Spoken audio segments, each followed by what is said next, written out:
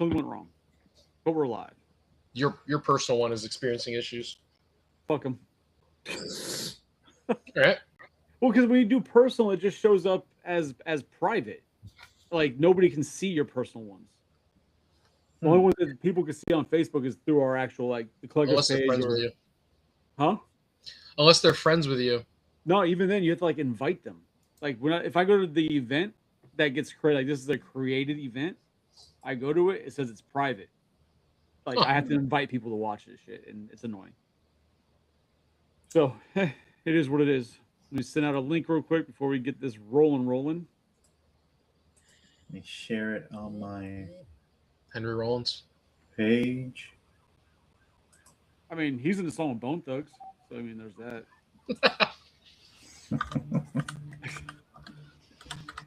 It's one of those pieces of information that not a lot of people are aware of.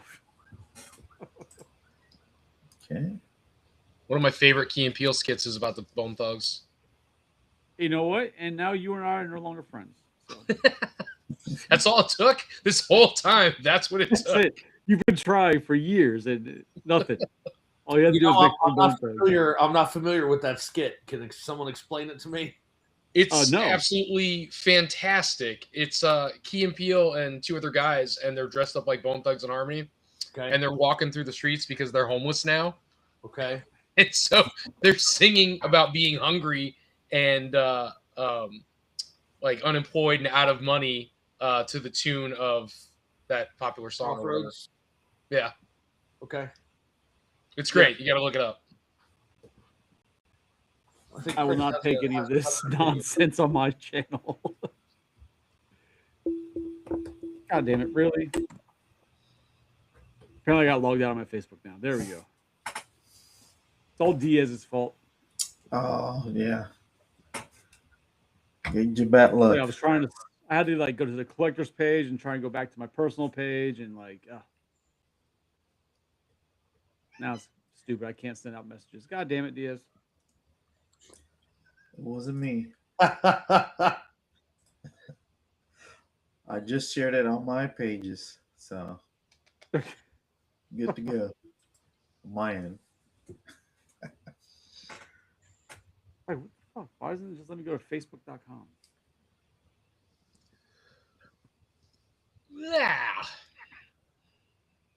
Yeah, I did have issues with Facebook a lot. When I switching to the wired connection, it just Facebook don't want to work. I don't know. I ended up I'm not wired in. I'm just using the booster tonight. Okay. Getting different browsers. All right. So we're set up. I tried to give Che a few more minutes, but fuck him. So welcome to Collector's Hideout, the podcast where we get together once a week, talk shit about random things, different topics each week, just to get away from the real world and all the bullshit that's going on in it. Tonight, I'm here with, as usual, Mr. Psycho.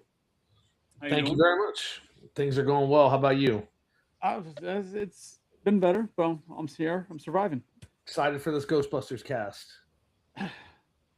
It should be a good one. We've also got Shellhead Tony gracing us with his beauty. All right, cool. Thank you, Tony. And then we've also got Diaz. How you doing, man? Doing good. Doing great. He is he's Mr. Ghostbuster. He's actually part of a Ghostbuster franchise here in Central Florida, Mr. Lakeland Ghostbusters. Yes, sir. Which means you are automatically an expert on all things Ghostbusters. Yeah. So anything you say is gospel. That's how this works. Okay. We'll see. We'll see. Diaz, that was zero confidence. Are you like the actual president of the chapter, or are you just one of the members? Founder. You're a founder? Oh, yeah. That's dope. I might have to join eventually, and I have to get a flight suit. Oh, I have to get a flight suit. That sounds horrible. How do you not already have a flight suit? Because I've never bought one. But I gave you one of my extra ones. Oh no, I want like the legit flight suit. Oh, you want like the okay, gotcha. Yeah. No, a legit one. Yeah, because like hearing all the sizing nightmares and color nightmares, I'm like, that sounds like a lot of stress. Yeah. So I bought a flight suit. It's a really good quality one. And then I ended up giving that one to Chris. It's for Ghostbusters 2.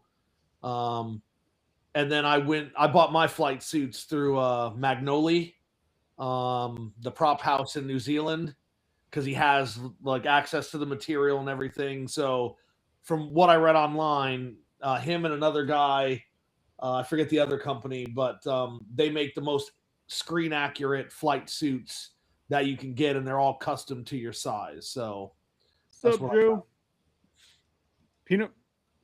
Hello, peanut butter jelly time? That's a new one. I'll take it. Joe, real quick, do you have a purple Decepticon Jetfire? Yeah. Or Tony, do you? Yeah, I just replied back to him. I was like, yeah, it's Shattered Glass. We've got it. We got it. All right, so this evening this episode we are discussing Ghostbusters as per Shellhead Tony's request, because he hates Ghostbusters even though he has Slimer behind him. So Tony notoriously thinks that Ghostbusters is almost overrated. He also says that there's too much Ghostbuster toys on the shelves. What? Like, there's too many people making Ghostbusters when there's 75 companies making Turtles, but there's only too many companies making Ghostbuster toys. Go ahead, count them. How many people are making Turtles, Tony? There's somebody at my front door. Oh, are they wearing a mask and doing a dance? I heard about that going around lately. Is it a Ghostbuster? I don't know. I'm just wondering who the hell was at my front door at 9 o'clock at night. A rub and tug?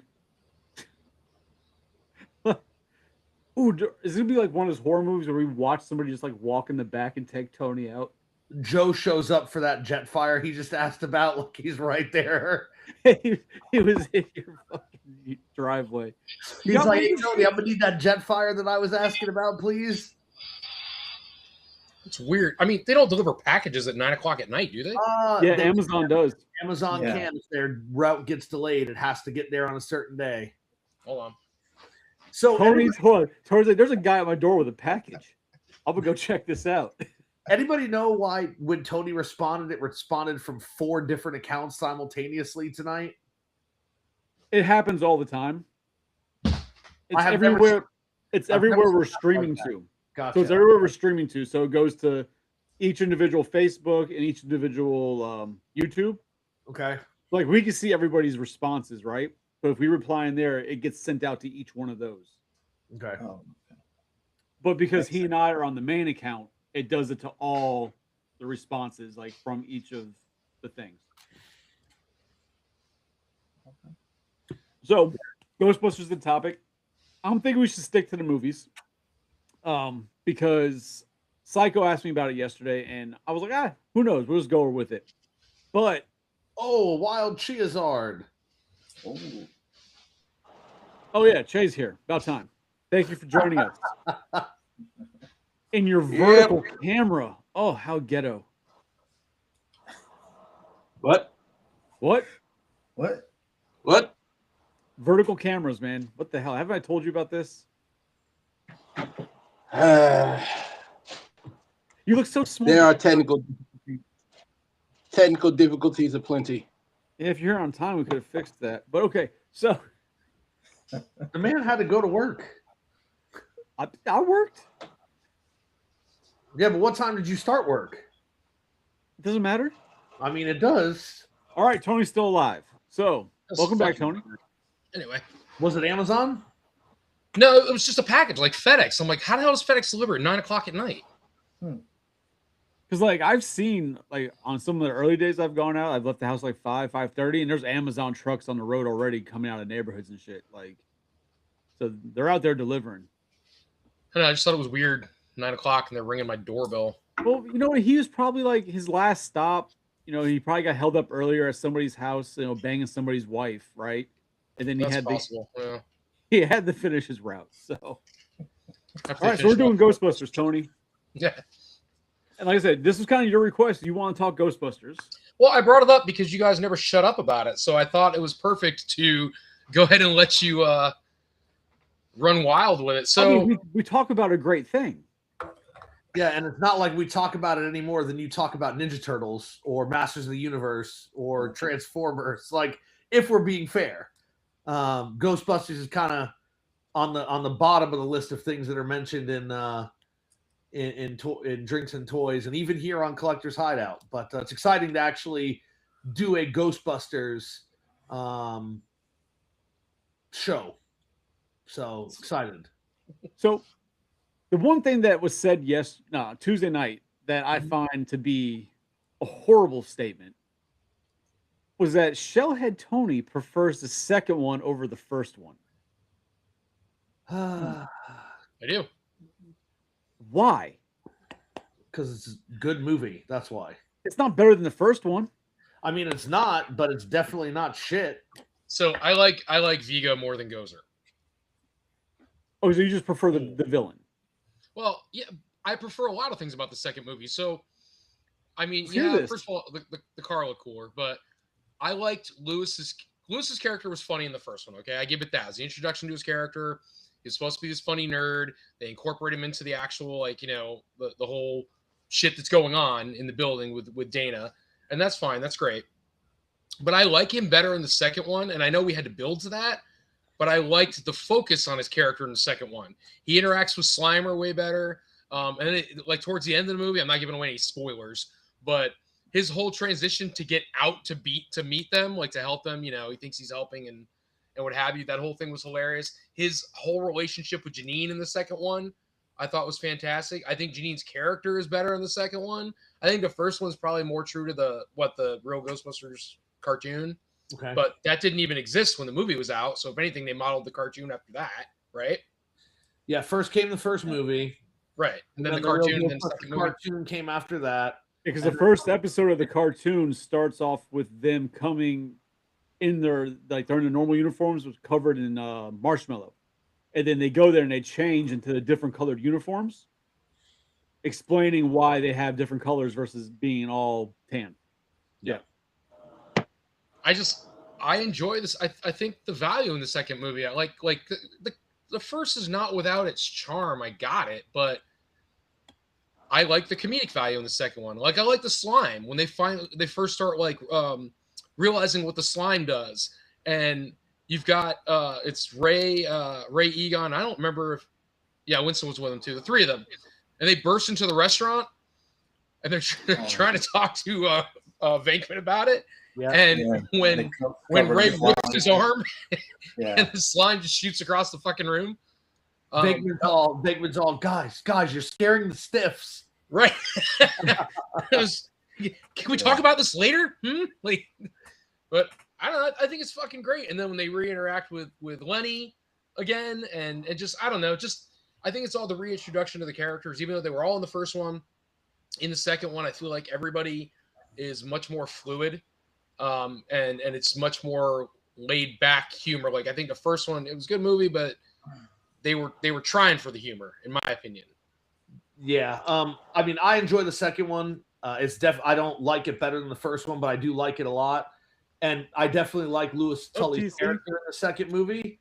But the one part where it frustrates me even to this day, something that Louis does in the second film is when he calls it Super Mario Brothers.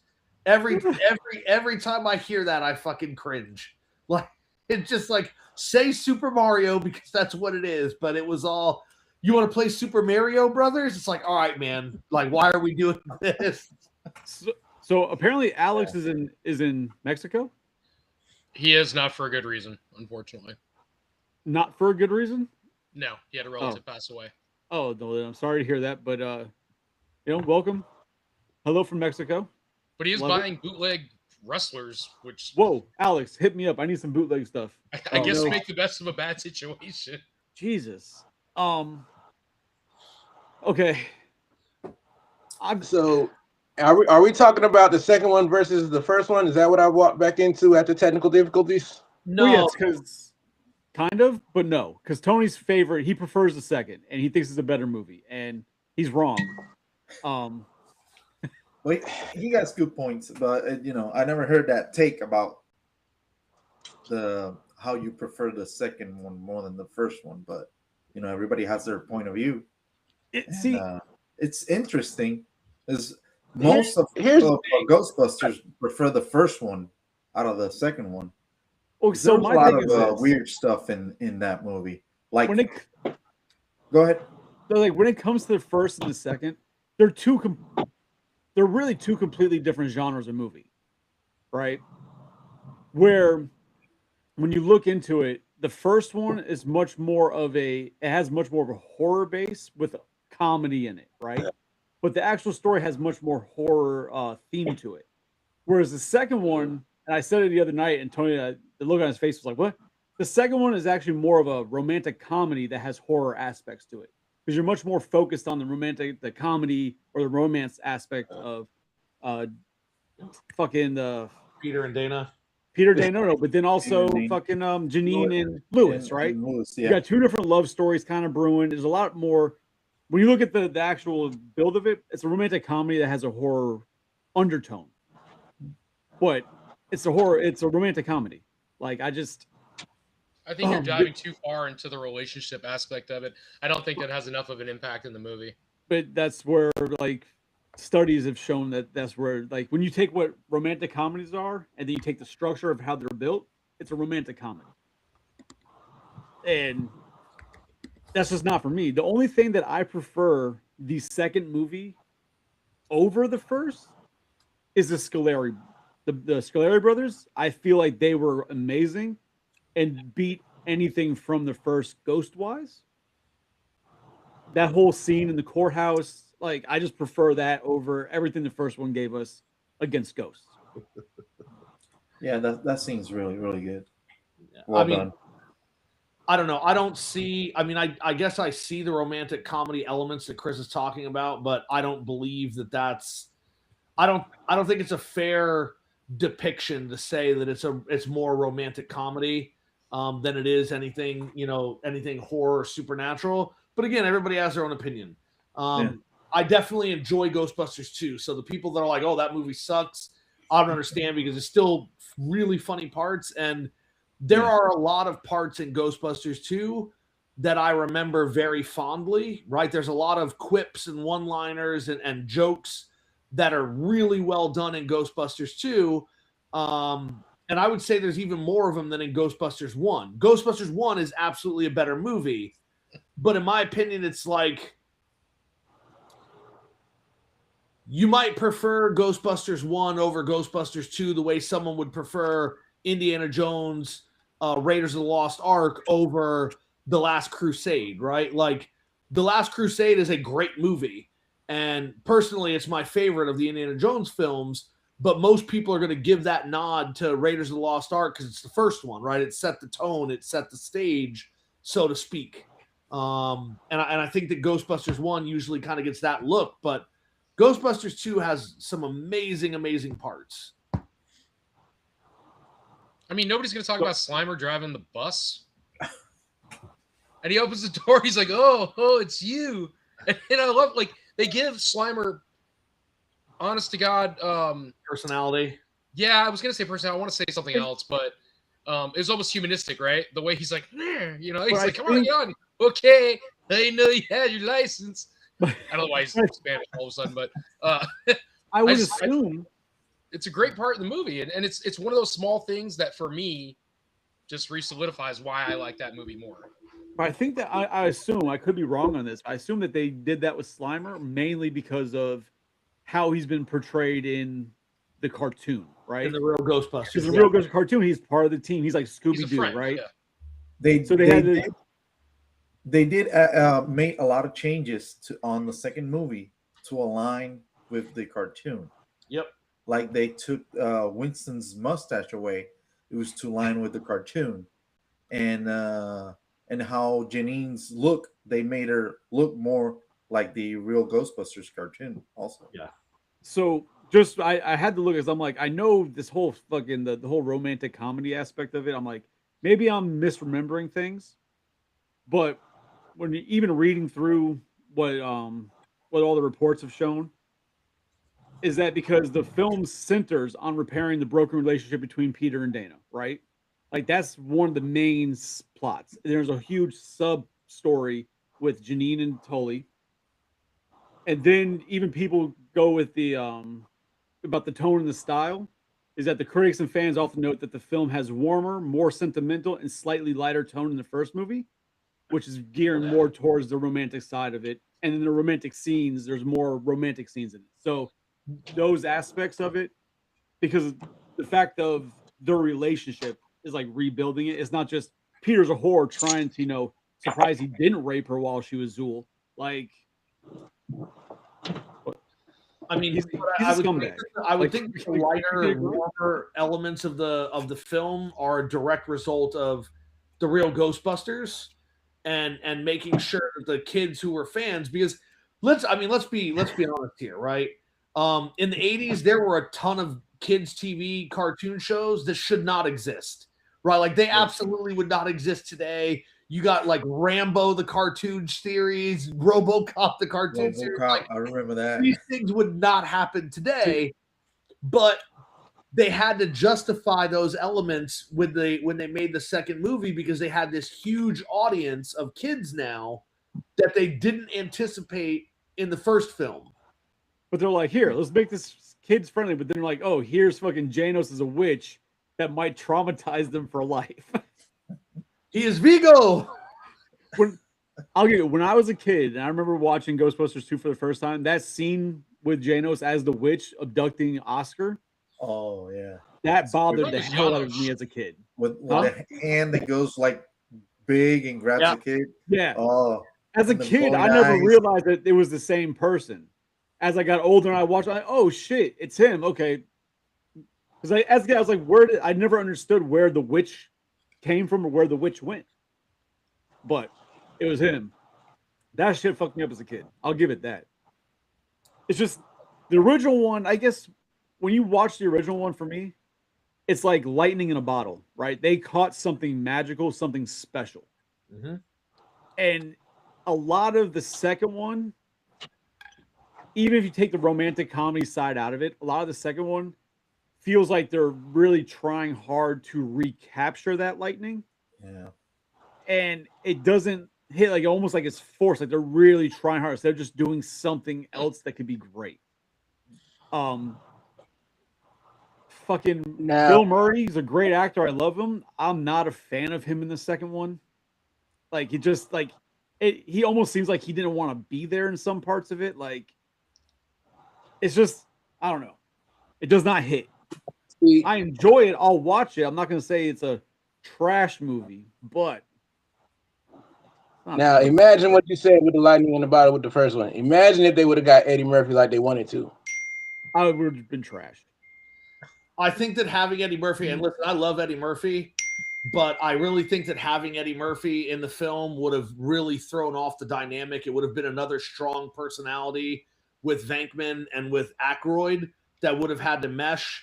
I love, and I think that people do not fully appreciate how much Ernie Hudson brought to Ghostbusters, right?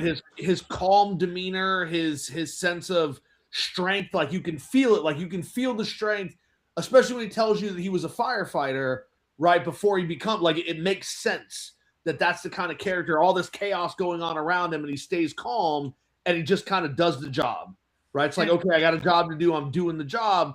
And I think that he really is kind of the glue that holds some of those scenes together later on. You need a blue collar attitude like that in a team like that with those type of personalities. And yeah, I'm a huge fan of Eddie Murphy, like you said, but that just wouldn't have worked. It wouldn't have worked at all. It would have been funny, but it wouldn't have worked. It wouldn't have been the same Ghostbusters that we all know and love. Well, yeah, because but also, oh, go ahead. Now, also, like you said, Chris, in the second one, I actually saw the second one before I saw the first one. Bootleg cable in Haiti. We stole it from the Dominican Republic. Don't ask. I was like 9 years old. Good times. One of the first things I saw in the Ghostbusters franchise was, like you said, Janos as the witch. And then we watched it again like the next day. It was on the loop. And I'm like, where's the witch play into this? Like, you're absolutely right. That part was probably the freakiest part of that movie as a kid. But going back and watching it now, yeah, the train tunnel, that should have been the freakiest part of the movie as a kid. With the heads on spikes and shit. Yeah, nah. Should have been fucking with that as a kid. So like Joe here, like yeah, Eddie Murphy and Dan Aykroyd had amazing chemistry in Trading Places, right? He's like, right. They did great. Would have It's a been great horrible movie, for too. Ghostbusters. I think what Psycho's saying though with Ghostbusters, Ernie Hudson, he was an established actor, right? He wasn't a nobody. He wasn't like just picked up off the street, but he was a nobody in comparison to the other actors he's against. Where when you use Ernie, you use Winston in this case as like the everyday man. He's us. He's the audience, right? Because you have the two scientists, you have the wannabe scientist who's like a used car salesman, but then you have Ernie or Winston who's like everyday man. I don't think Eddie Murphy would have been able to pull that off because of just his name and who he is and what he's had already done. He couldn't have pulled off the everyday man that people could relate to in that type of position. Exactly. Which is why it worked so well. He will try to outdo Bill Murray, and that wouldn't work. Yeah, I mean, and then imagine having 4 Ghostbusters from the start of the film all the way through in the first movie. I think that would have been a problem because I don't believe that Eddie Murphy would have been fine coming in halfway through the film. He would have wanted the same billing as Bill Murray and Dan Aykroyd and Harold Ramis. And I'm not saying he wouldn't have deserved it. Like, he's absolutely deserving of that billing, but the opening of the film would have been so crowded, and just the quiet moments in Ghostbusters 1, especially at the beginning, I don't think would have worked, right? Can you imagine him trying to hunt down the library ghost? Well, not but I mean, not even that part of it, right? Imagine the 4 of them walking through the underground area of the library, and the bookshelf falls, right? Like, that bookshelf wasn't supposed to fall, and it fell. Like, can you imagine how Eddie Murphy would have responded there? It would have ruined the entire moment. He would have laughed like it was the funniest thing that ever happened, and it would have killed the mystique. Right, that's what I'm saying. That whole scene hunting the library ghost, right? We're supposed to be quiet and all this. He's loud as fuck. Like, it's like, oh, they're down there, and then here comes fucking Donkey. Like, I you can't be quiet. Like, but then like when you hear a lot of the other actors who were considered for other roles in the movie, right? So everybody knows it was supposed to be Belushi as Venkman. Yeah. Right? John Candy. John Candy was supposed to be Louis Tully. That would have never worked. That would have been no. I could see that working. It wouldn't have worked out as well as it did, but John Candy had the charm to pull it off. He absolutely could play like a bumbling, lovesick tenant. Because I mean, you see that kind of role. It would have been a lot like the security guard role he played in National Lampoon in Vacation. But that's not what he was doing, though. But no. What I'm saying is, the personality would have been similar. That like quiet, nervous energy. No, but Psycho, you have to remember, Louis Tully is Louis Tully. The way he acts was all from Moranis. Yeah, he improvised. Like, that was him. He did his own thing. The character that apparently Candy was actually portraying was much like one of his characters from another movie that had like an accent. Like, it wasn't anything that you would have seen in comparison to what Moranis gave us. Yeah, that was all improvised from him. Like, the character, they're just like, hey, just here's what we're doing, and then he kind of ran with it. Which leads to one of the funnier parts that I really enjoyed about Ghostbusters. As you got older, as a kid, you didn't notice it, right? But as you get an adult, and Tony mentioned it the other night, how he keeps locking his keys in the house. He keeps getting locked out. But then he winds up, he is the key master. Yeah. Like, irony. That day gets locked out of fucking everything. Yep. It's one of those things, like I said, as a kid, you don't realize that as a kid, the joke there, right? But as you get older, you realize, like, holy shit. There's just a lot to Ghostbusters that as you grow up watching it, you catch more and more and more of, you know? I think I've said this on another cast, but part of the reason that I'm partial to Ghostbusters 2, I think it's a really good movie. It was one of the first movies I saw in theaters. My dad took me to see a double feature at the theater, and it was Tim Burton's Batman and Ghostbusters 2. And those were the first 2 movies I ever saw in the theater. And I don't remember which of them came first in the double feature, but it was one of those dollar movie theaters. You pay $1, you get 2 films. And I remember seeing that. And that's kind of why, and I think I've said this before too, it was a special moment for me because during the pandemic when Ghostbusters Afterlife released, theaters were kind of shut down, but you could rent out a theater. And, Chris and Che and I and a bunch of our friends, we rented out a theater, and the very first movie my daughter ever saw in theaters was Ghostbusters Afterlife. So it was like I saw Ghostbusters 2 for the first time in theaters, and she saw ostensibly Ghostbusters 3 in theaters. I don't know. She still talks about that and how much she liked it. Well, we'll get to Afterlife in a little bit. Yeah. So I respect Tony's love of Ghostbusters 2. I respect you, Tony. It's a very strong word. Oh, okay. So one of my big for Ghostbusters 2. We'll just say that. So outside of the romantic comedy side that some of you don't agree with, right? One of my biggest issues with Ghostbusters 2 is the fucking Statue of Liberty. Stupid as fuck. That was awesome. That shit is dumb as hell. You didn't have a Stay Puft, so you had to have something giant walking down.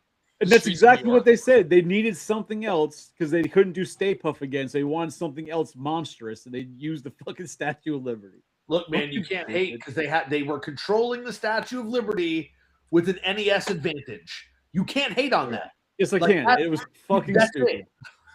That was stupid. One of the better jokes is they're going along. He's like, she's gonna shake apart. We should have patted her feet. I don't think they make Nikes in her size, right? Yeah. I'm not saying it wasn't funny. It's stupid though. Yeah. And we've already established on previous episodes, Tony, you like stupid comedy. We get it, but that shit was stupid. Then, I don't like Louis Tully in the second one, right? I don't, because he's so different from his original character, right? You know him as this character. He completely changes for the story, and I could be wrong, but he's only there because they had to figure out somebody. You gotta think about that court scene. I don't know about completely changes. I don't think he changes at all. I don't think he changes either. Think about that court scene. Like, he's clearly just trying to. Nothing about him in the second one screams, except for I could give it the court scene, but like his whole infatuation with Janine and that whole, this is no, like he's obviously only there as a character. Like they brought him back as the actor because of what he did, right? And they constricted him in the second one. They didn't let him do as much improv like they did the first one, which is why you don't see the same character because he didn't get to have fun with it because they wrote the character for him this time versus him doing what he wanted to do.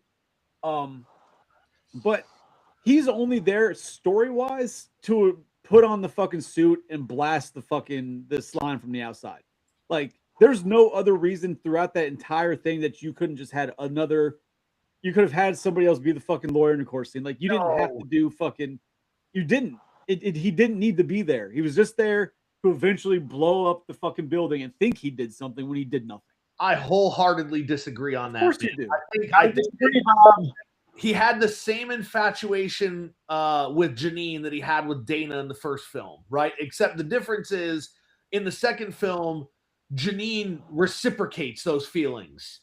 It's not just him pining after someone he'll never get.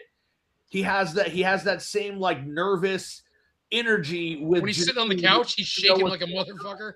Yeah, but I mean, even if you take all those parts away, and again, your opinion, and you're entitled to it. Like, I don't think you could have replaced Louis Tully with any actor to play the lawyer in the courtroom scene and have it be as effective. It is the relationship they have with Louis Tully that makes that scene effective. Right? Like, I think you guys are making a big mistake. I got my law degree at night school. That's okay, Louis. We got arrested at night. This is like he jammed his head down on the table. Like One time I turned into a dog and they helped me. Thank you. Like I said, nah, that doesn't work. the shit's I funny. totally forgot about that shit. Yeah, like he's That was like his funny. whole opening statement. The shit is funny. Absolutely, I'm not against it. The shit is funny, but Yeah. like I said, he's not. It's not necessity. And even he himself says it that he was so constricted when it comes to it that it just he didn't feel the same thing anymore for it because he was constricted by it. They didn't let him run free.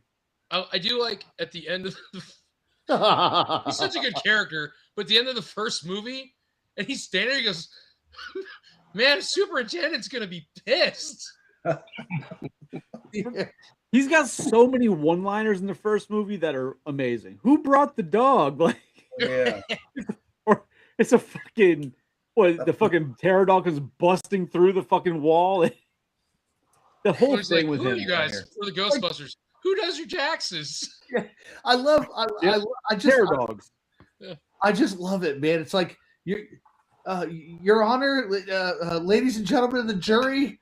I don't think it's fair to call my clients frauds. And then he goes through this whole thing, and then he walks back to the table, and then Egon's all, very good, Lewis.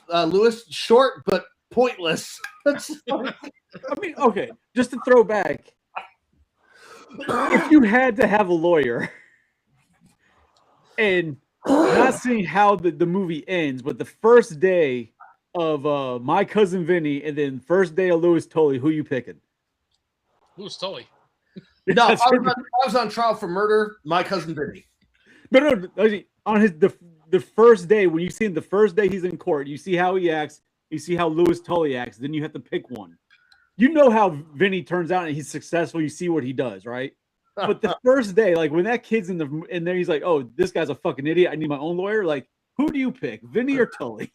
Like, that'd be difficult. In defense of Louis Tully, I'm not going to answer that question. God, I do mostly tax law and some probate stuff occasionally. I got my law degree at night school. So here's a question. Oscar, the baby in the second movie. Yeah. Now, it's never been confirmed who the father is, right? Oh god. It's kind of hinted at that it's the musician, somebody that Dana knows from the orchestra, whatever. Well, it's not hinted at. It's said specifically that he's the father. Venkman says it. But then there's heavy speculation it's Venkman. But Venkman says in the movie, like it's the stiff or whatever. It's the however he says it. Yeah, he's like I heard the stiff. Oh. Did I freeze or did Psycho disappear? No. Psycho froze. Okay. Yeah. And then Dana goes something like his father or whatever. Like she reiterates that it's the dad. But at that same time, she could just be fucking like, "Hey, I don't want him to be the dad." That happens all the time. I don't know. I like when they're But tickling then the baby though, and you can hear the baby going like it's gonna like laugh. But then, like, there's people that actually, and the timeline doesn't fit. But there are people that actually think that it's Lewis's baby. Louis. Oh. Because the whole keymaster gatekeeper, they had to fuck for the gate to open. Yeah. That's Yeah, the only character that gets other laid. you could just throw in the trash. I don't know what you said, Che. You turned into a robot for a second. Word. Like I said your throw that image fan creeping. in the trash. Something's trash. That's a little too much. The only funny thing is Venkman that the timeline funnier. doesn't work. Well, Venkman's more realistic, right? Because he's a player, and he was pining after her, and you could assume that between the two movies they connected periodically, right? Whereas the movies, I think, are 5 years apart. Sounds about right. When did Ghostbusters come out? 88? Ghostbusters was 84, and then the 84, movie so second one was 89. So technically, 5 years apart. It was 84. Yeah, Ghostbusters 1 came out in 84. 84. Oh shit. Yeah, pretty much.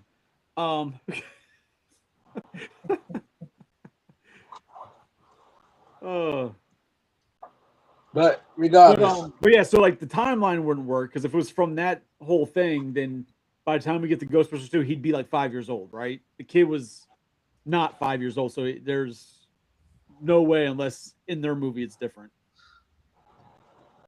Yeah, he takes to Oscar. Venkman takes to Oscar very quickly, but hey, that's which to me, the way Venkman changes, it takes to Oscar versus the way he was in the first movie, where he was just Mr. Player. He's still Mr. Player, but he very much takes to Oscar and trying to be this figure to get in Dana's pants some more and fix the relationship. That very much reminds me of his character in Groundhog Day after like 140 years eventually starts coming around and wanting to find love, wants to change. So like it pans around. I love when he's dealing with Oscar and she's like, I gotta put the baby down, and he's like, can I do it? That's valid. Like, sure. And he's That's like, valid. you're short. But another thing about Venkman's character in that, actually, when she goes to the apartment, that's one of those moments where you see Bill Murray, I think, in my opinion, is when he's having some of the most fun on that movie. Because the way he delivers his lines in that apartment scene feels more like the first movie than most of the rest of the second movie. His lines, like when he says, like when she says, "Oh yeah, put your clothes in the hamper over there," he's like, "I have a hamper," like that shit like that in that scene. You've seen interviews where he's like, "Yeah, nah, his second movie wasn't great." They all say things like that periodically, and you can tell there's less improv, but there's a couple scenes, like especially with her and the kid, where it feels like Bill Murray's having more fun. What the fuck is that? It's the Subway Ghost. Yes, Subway Ghost. But yeah, no, I mean, is his name Jared? As my daughter was growing up, wow. As my daughter was growing up, I'd always tell her, "You're short. Your belly button sticks out too far. And you're your poor mother." Speaking of Subways, Cycle's not here yet. I am here. What are you talking about? I think he'd find it funny. I'm gonna wait for Cycle to come back. Wait. What the hell? Psycho is here. Holy shit. He's here? I am here. I don't see him. All right, whatever. Psycho, if you can hear, blink your eyes. How would you see it if you can't see me? Yeah, I don't see Psycho on my screen, but hey, it is what it is. But yes, I have to make my obligatory remark. How much have you been drinking? Remark. In the subway scene, Ray, Echo, Egon, Echo, Winston. He gets the ghost. That's racist.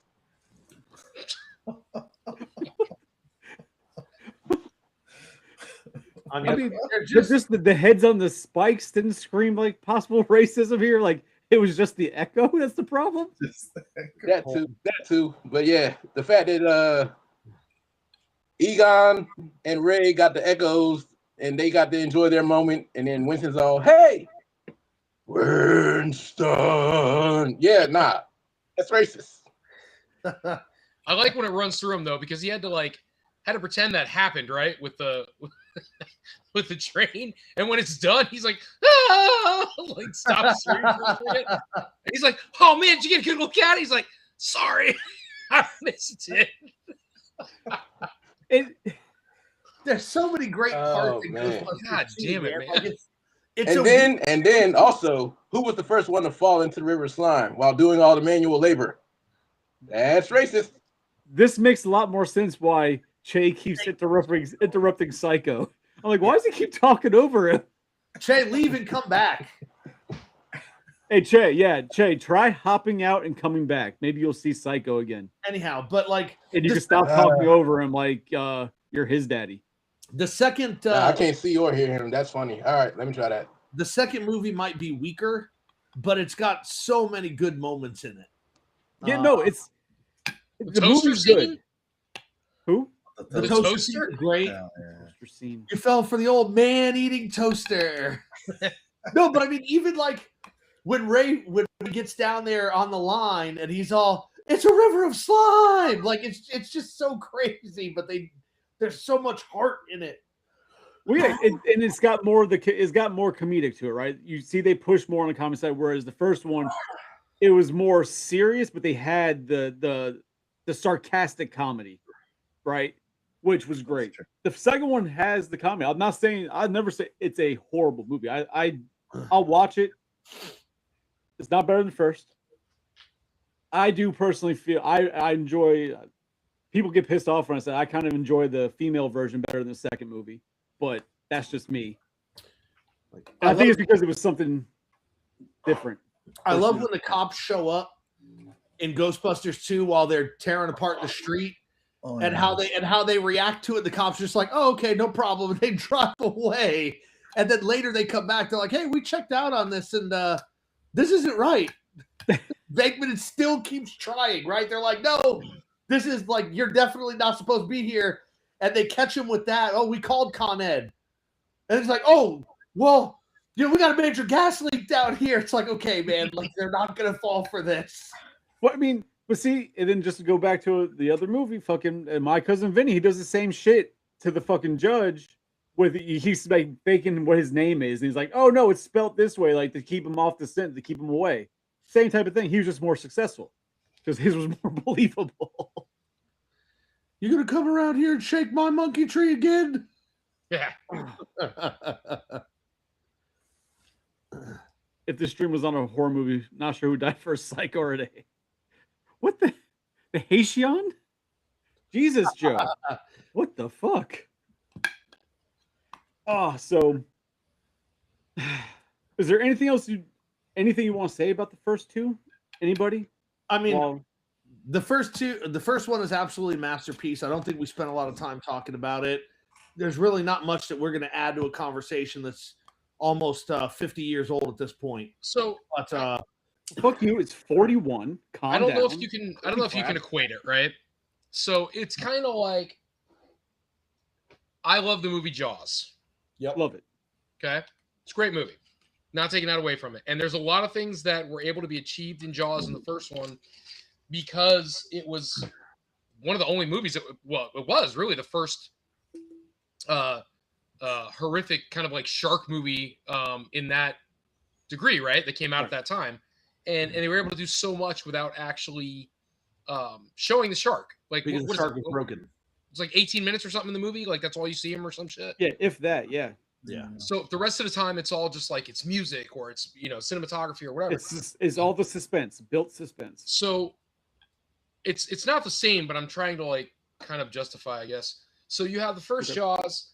It was good for its own reasons, but the second movie is awesome. The second Jaws movie is fucking awesome, and I don't know if you remember it very well, but it's the one where the kids are on the sailboats. Mm-hmm. And it's like terrorizing Jaws. They electrify Jaws. They do. It's actually one of my favorite scenes, actually. But because when something is electrocuted, it blows up. But yes, well, it's a fucking shut up. So, because ghosts and guys with squirt packs are real. What now? I said Audrey 2 blows up when it gets electrocuted. It's science. That's how it works. You get electrocuted, you blow up. That's science. Either way, I kind of equated the same thing. It's like the first Jaws. It's the first Jaws, so it's always going to have that special place for people. Of course. But it doesn't negate the fact for me that the second Jaws is more entertaining, and the cinematography is. Don't you dare say better. Definitely call it different. It's done differently. The focus is different, and again, the shark's not in it a lot, but it's definitely in it more than the first one. Is he having a stroke? I don't think he realized we could hear him, even though he turned his camera off. It's kind of weird. But I was having my Die Hard moment. What do you feel about Jaws 3? Jaws 3 was terrible. Isn't that where they go to SeaWorld? Terrible fucking movie. Yeah. Horrible. So, no, but again, like I think that Ghostbusters 1 we could spend a lot of time talking about it, but there's nothing that we're going to add to the conversation that hasn't already been said. It was a cinematic masterpiece for its time, and it definitely, when it was first conceived, it might not have worked out to being what it ended up becoming. Like if John Belushi hadn't died, if it was focused on them, like Aykroyd and Belushi, it would not have been anything like it ended up being. And I don't know. Hell, if it was Aykroyd's original script, it wouldn't have been what it was. Yeah, and I don't think that the film would have kind of generated the following that it has now. Ghostbreakers. But I think that that we have such a special moment in film with the first movie, and then the second movie, I thought was a worthy successor. Right? Obviously not as good, but are you gonna kind of segue into the 2016 film now, or were you trying to go somewhere else? Don't matter. I mean, I enjoy the 2016 film. A lot of people hate it for some valid reasons, a lot of dumb reasons. So before we move into that, can I bring up one other thing? We talked about this on the phone the other night. Okay. I think before we move off of the original Ghostbusters films with the original cast. Don't get into the video games. I think that we need to talk about the video game. The 2009 Ghostbusters game, because oh, I thought you were going to say something else. No. It was written by Ramis and Aykroyd, and it was their original Ghostbusters 3 script that they tried for years to get made, and Sony kept saying no one wants to see it, nobody cares about it, the Ghostbusters franchise is dead, nobody likes it, let's leave it alone. And for years they tried to get this movie made. They brought in other writing teams that were successful to go over the script and look at it in hopes excuse me, in hopes damn, you blow up to get it made. Were you electrocuted?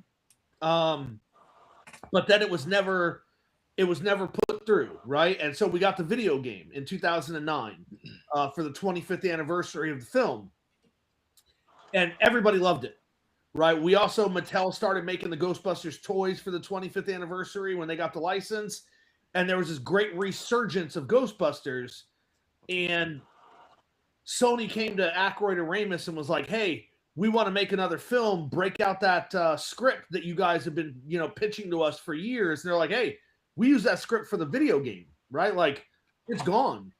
But for them, they honestly believe that the third film was depicted in the video game. It had all the original Ghostbusters, right? The story connected directly to the events of Ghostbusters 1 and Ghostbusters 2. And I thought the story was amazing.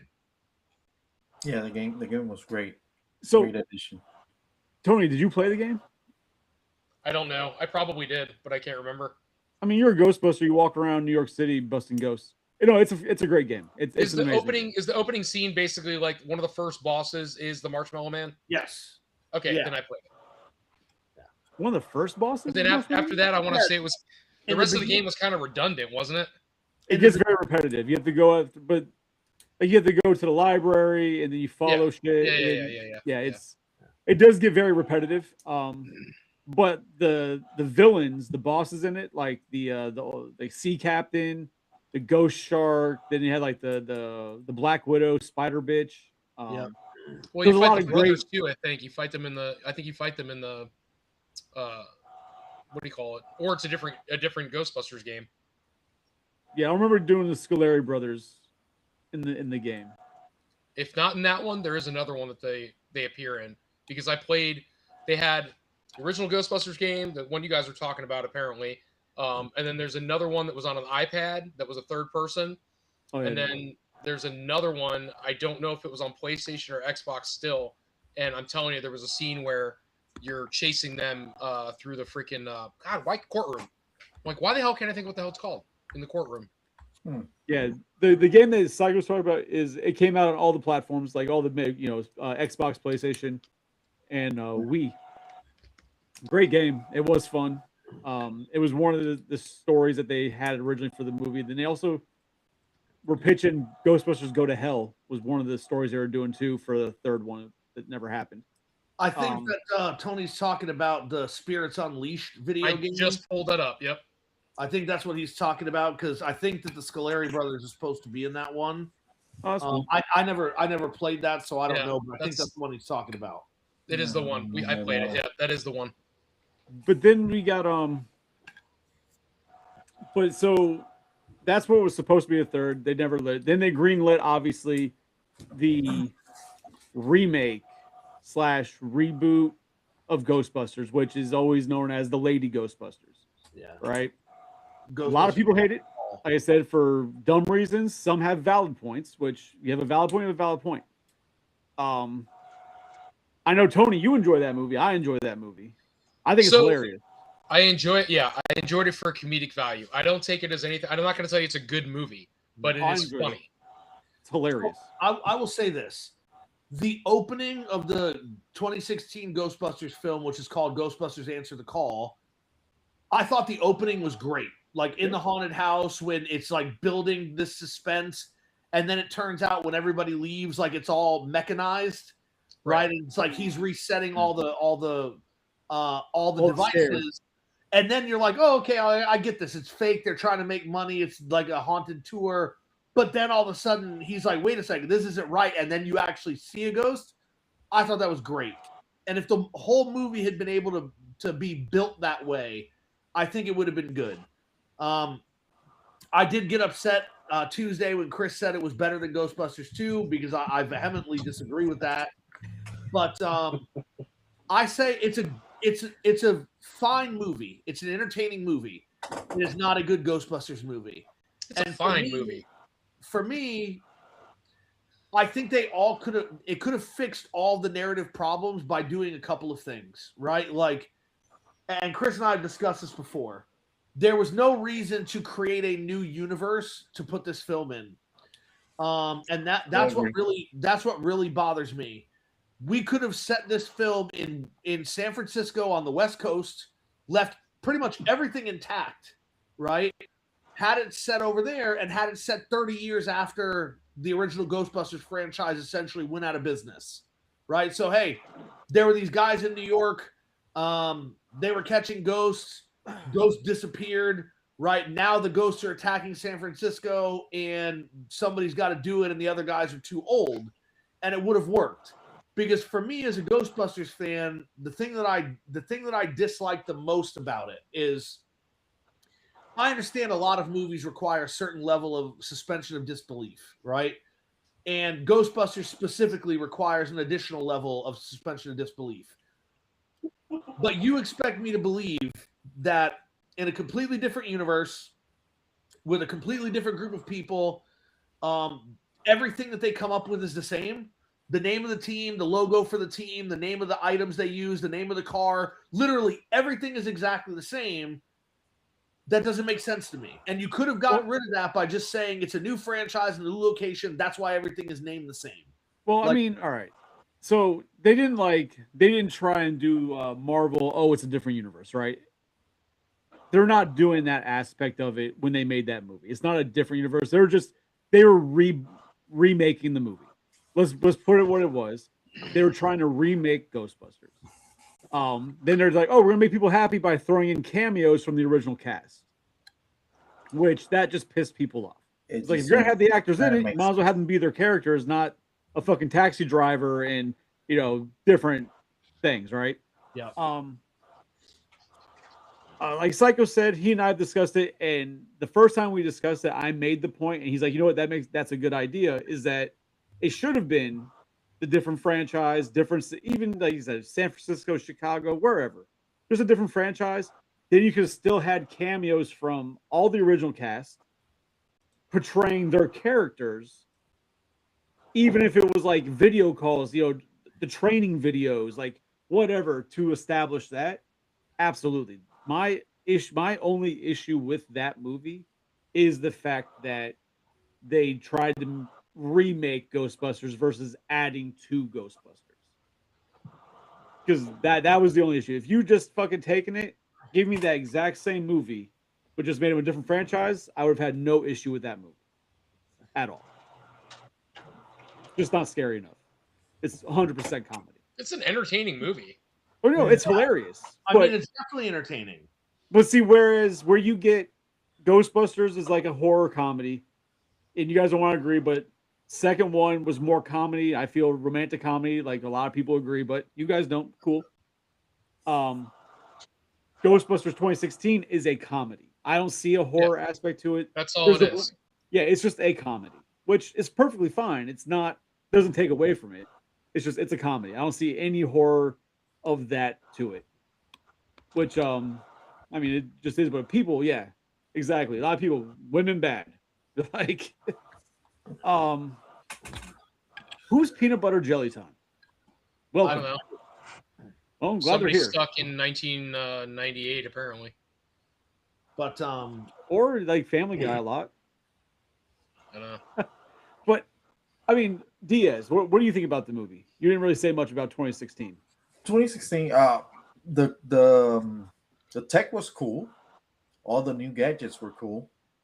Fair. I enjoyed that. But yeah, like the problem with that movie was when they first did the first teasers, they were mentioning the original Ghostbusters like it was in the same universe.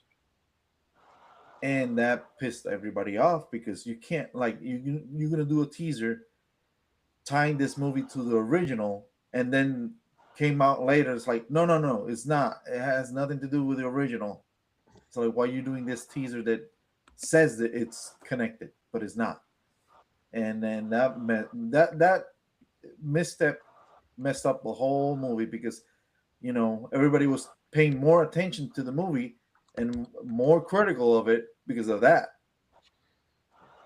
Not to mention, in my opinion, like the whole movie, the way that it was created was, it kind of left a bad taste in your mouth, right? So like people knew that Sony could not make a Ghostbuster movie without the approval of all the original cast, like so Murray, Ramis, and Aykroyd, right, and Ivan Reitman.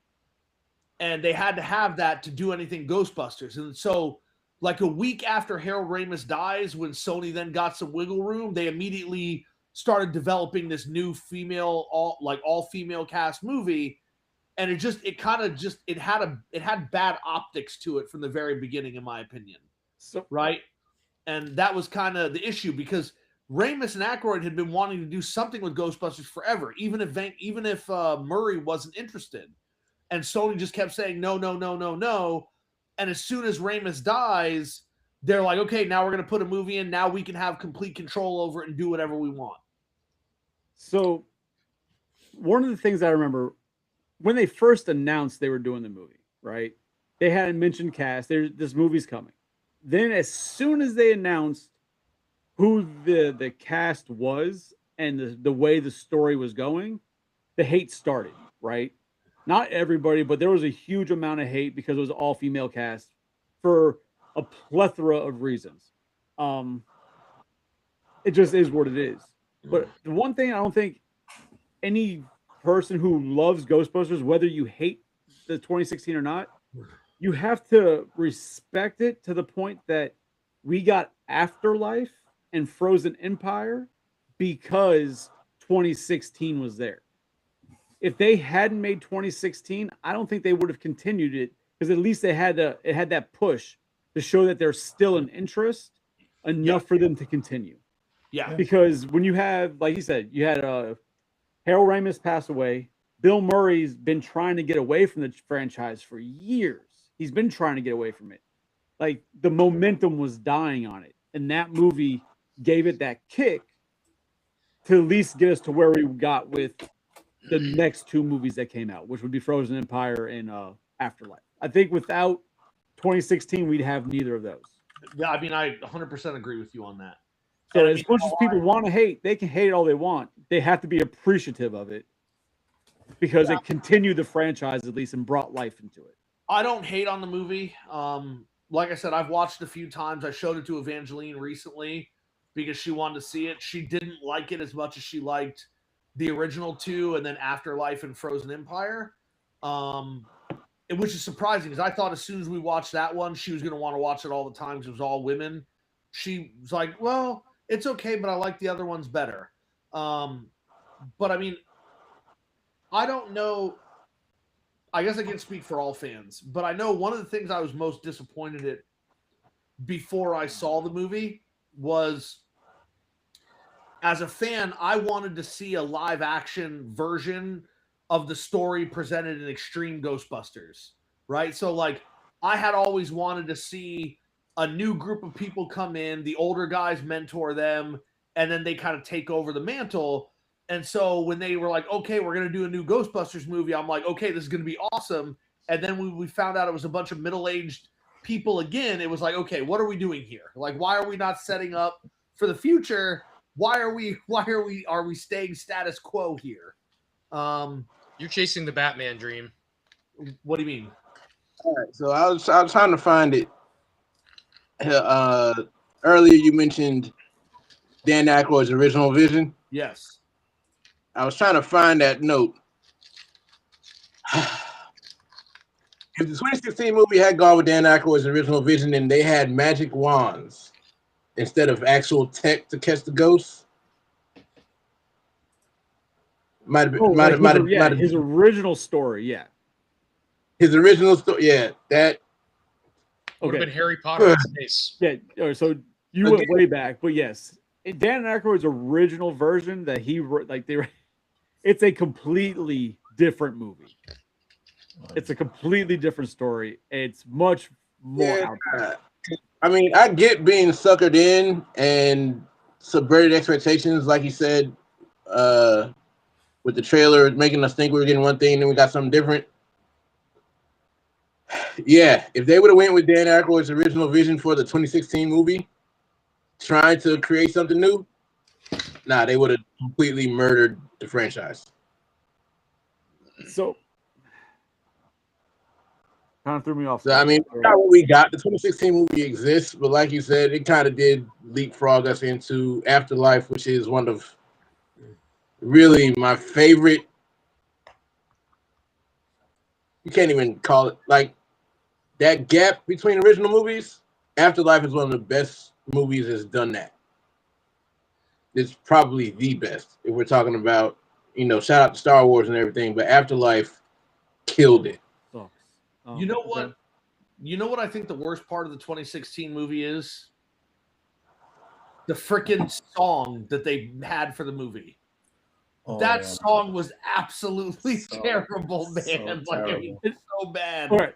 So look, the song was bad. That's not even fair because you're not gonna top Bobby Brown. That's not what I'm. No, the original. You're not gonna top Bobby Brown for the original. The original was not Bobby Brown. It was Ray Parker Jr. Hey, why are you on this cast? You're not gonna top Bobby Brown for Ghostbusters 2. On our own, you're not topping that song for any Ghostbusters movie. Okay. There's a lot going on right now. Shay, you're really wrong. I like that. Okay. No. Bobby Brown on our own. I understand the song. Yeah. Does he say Bustin' makes me feel good? Even the original Ghostbusters theme, I got respect for it, but you're not topping Bobby Brown. Okay. Does Bobby Brown say Bustin' makes me feel good? He does not. He doesn't have to. Bobby Brown. Because he's no, it's not better. He does not beat up Whitney Houston multiple times. Yes. Yeah. And he probably digs her up and still does it. So, I thought he was dead. Man. Bobby Brown's not dead. Yeah, he's working on it. That's like saying everybody alive is working on being dead. Like that statement doesn't make any sense. Hey, he made a song with Ja Rule. All right, he's got that going for him. Let's give him that. Trey, you're wrong. So, but I'll give it this though. One thing about this 2016 that I thank God they made the directed decision and didn't put in was a huge dance scene that they have. Like they filmed a giant dance scene for that movie. Yeah, it's at the end of the film during the credits. No, but it was supposed to be in the movie, and they did not. I don't like the whole Chris Hemsworth thing. Whatever the hell that was supposed to be at the end, that was fucking stupid. Oh yeah, where he becomes the bad guy. Yeah, he gets possessed. Yeah, he gets possessed. Yeah. I like the comedy of that part. Hemsworth was hilarious as Kevin, hilarious. Playing the secretary. He's fucking hilarious, but the character at the end is stupid. I don't know. Bro, when he takes his glasses off and he pokes his finger through it. The coffee, he's like, yeah, that's it. Doesn't he draw like the symbols, the boobs? Goes with boobs. And then they're like, "This is not going to work." He's like, "What? Do they need to be bigger? I can make them bigger." Yeah. What does he say? Something? He goes, "Can I bring my cat to work?" And he goes, "Do you have a cat?" "No, it's a dog or something like that." He goes, "His name is my cat." Yeah, my cat. Yeah, my cat. No, it's I don't know. That was fucking hilarious. So the newer ones though. So you got 20. Was it 2020? It came out 2021. 2021. So you have Afterlife and then Frozen Empire, which, if I had to go on, of all the movies, which movie I enjoyed the most as far as like that hits you, that actually like you actually feel some shit, is Afterlife, right? Yes. Because Afterlife, they have to rip the Band-Aid off of Egon being dead. Yes. So you go into it knowing they have to touch this topic. Yep. And you don't know how the fuck they're going to do it. They absolutely crushed the reintroduction of Zool. They bringing back the original Busters or whatever as best they could. The way they made Harold Ramis, the way he, like, you honest to God were like, oh, I thought he was dead. Obviously we knew he was dead, but the way they interjected his persona into the movie, you'd have swore he was still alive. They did such a great job. Oh, and the whole movie. I mean, I'm sorry, nobody on here didn't do it. I got to the end of that movie and I'm wiping my fucking eyes watching this. Oh yeah. First of all, rookie, and then I rubbed one out. So it was a win-win. Bro, the first 5 minutes of that movie, right? Yeah. It's like they're going to tell you how it happened. So you go into that movie. I watched the trailer one time, so I had no idea what to expect when it came to how they're going to touch the topic of his death. Yes. So you watch the first 5-10 minutes of the movie, you watch Egon die. Yes. Right? Like that hurt just watching him die. I'm like, all right. Which I want to interject right here. I thought they did a great job with that. I think so too. They didn't show you the actual death scene, but you knew the death occurred, right? You see just enough of him escaping. You don't know what he's got. He gets in his truck. The truck crashes. You see him make it into the house, but they don't show you any close-ups because they have someone filling in.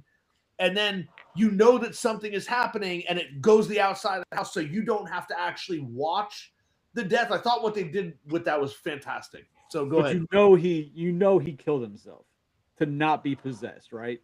Yes. Which is weird because ghosts are known, they can just possess a dead body, but whatever. That's, different types of ghosts maybe. It's like they brought the zombie back. He was driving a taxi. Like they couldn't just take over Egon's body. Like that's fucking weird. Well, yeah, though that part, like just knowing that, all right, that just happened. Then it'll be touched on later, right? Because it has to come up again. And then in the ending, the whole fucking ending, you're like, God damn it. Now I'm crying again. Like in Toy Story 3. Fuck these movies. and like, yeah, I thought there's that end scene. Yeah, nah. Look, we are all fans of the franchise. We're fans of Harold Ramis. The way they did that, fuck it. I was crying. I'm in the theater crying. Fuck it.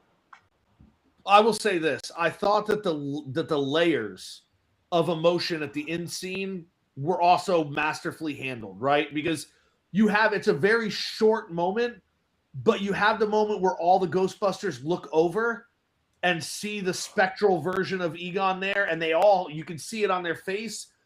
But then at the end, when Winston says, I wish you would have called me, I miss you, my friend, right? Like, that's the first part that hits you, and you feel it, And then when he has the moment with his family, with his granddaughter and very briefly with his grandson, but then with his daughter, right? And it's like, and I don't know if maybe because I'm a father of a daughter as well, like I could imagine what that was like, but there are a handful of movies that have made me emotional. Terminator 2, when I was a kid and the Terminator lowers into the steel, right? And you lose the Terminator. Toy Story 3, definitely on there. Ghostbusters Afterlife, definitely on there, right? It's like Lion King. Yeah, Lion King was rough too. But I mean, just for me, the Lion King never got me, but all right. The Mufasa dies? God damn it, you heartless bastard. The Magnificent. Yeah. Hold on. Did it bother you when Atreyu's horse dies? Oh no. That's different, dude.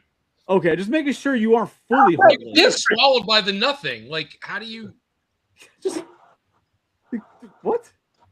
I think that God, they did so well in that movie, and a lot of the complaints that I read about the movie, they're just retelling the story of Ghostbusters over again. Yeah, but they did it in a way that was different enough that it made sense.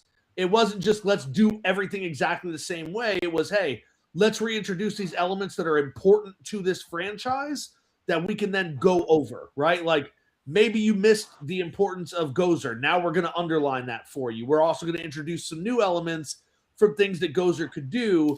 And I love this is so stupid, but I absolutely loved that they had J.K. Simmons playing a body in a casket, and when he finally starts acting, he just gets ripped in half. It's like you get 10 seconds of J.K. Simmons, he just gets torn in half. That was great. It's really so when you were talking about like the emotional part, like the ending, obviously, where it's like the send off for Egon, right? It gives his character the time to there's so say much closure right there. Yeah, say goodbye to his team and to the fans. I didn't give a shit about his saying goodbye to his family because there was no history for me to care about that. I understood it's his grandkids, I get that, but for me, for the reason it meant nothing to me, the scene with him and the kids or him and his daughter, nothing. But the scene with him and the other three guys, and then like you said, like the send off for fans, that fucking destroyed me. Oh, knowing that we would never see Egon again in the movie, that was rough. Yep. It was good. It was a couple very well done movie, man. I didn't like Frozen Empire. But we also have to say something about the CGI, because the CGI of Egon was absolutely fantastic. Like it really, they put a lot of time and money into that. But that's what Tony said. Like it was so well done. It's like he was actually, you couldn't be surprised that he wasn't actually an actor doing it, that he was actually still alive. But a lot of CGI right now looks trashy, even though technology is supposedly better, right? Like with Egon, you could tell everything that they put into it. There's a reason for that, but yes, you're absolutely right. The rest of the movie, though, like I enjoyed the movie as a whole, right? But obviously, those are the key points of that movie. The one thing I do not like about that movie, Kid from Stranger Things, kid sucks. Thank you, Wolfhard or Wolfhardon, whatever the fuck his name is. I don't know. I can't stand him. I think he's fucking annoying. Finn. He didn't seem like he needed to be there. Like he was just, it was not an important character at all. Just an annoying teenager. Literally only in it because Stranger Things is success. That's why he's cast in it. And then you got I don't mind him in Stranger Things. He's fine. I don't know. And even the girl too, and you know she's very nice. I've watched interviews with her. She's a sweetheart. But the girl who plays Lucky, the character, like it seems like her and I remember his name in the movie, but Finn, their characters in the movie are just very shoehorned in just to help with something. Like they're not a necessity for the overarching story. Like it's like, oh, here's some teenagers doing some stuff in the summertime. Yeah, right. So here we have to use them here. That way, somebody can be there when the first ghost busts out. Right. Right. So we're gonna use them. Like their stories really weren't pregnant to the movie itself. I mean, you could say the same thing with podcasts, but then what it comes you can down say it, and I would say the same thing yeah, about podcasts. But what I'm saying is, but then it comes down to the part where they wanted a younger cast, and you can't have a younger cast with one character, right? So I understand that. I'm just saying the way that they act in the movie, like there's just I understand why they're there, like what the reason for them to go. I get that. It's just they're not important to it. The actual story, the future story, as far as sure, but kind of useless. Does anybody want to acknowledge the little fat like Hawaiian kid or whatever podcast? How amazingly close his character was to Dan Aykroyd in the way his mannerisms and the way he talked and all that. Yeah, it was pretty great. It was crazy to watch, and I'm just the whole time I'm just like, holy shit! If Dan Aykroyd had a kid, that would have been that kid. So,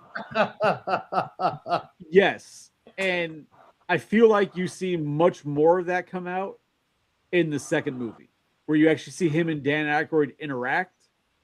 You see podcast and fucking Stance go back and forth.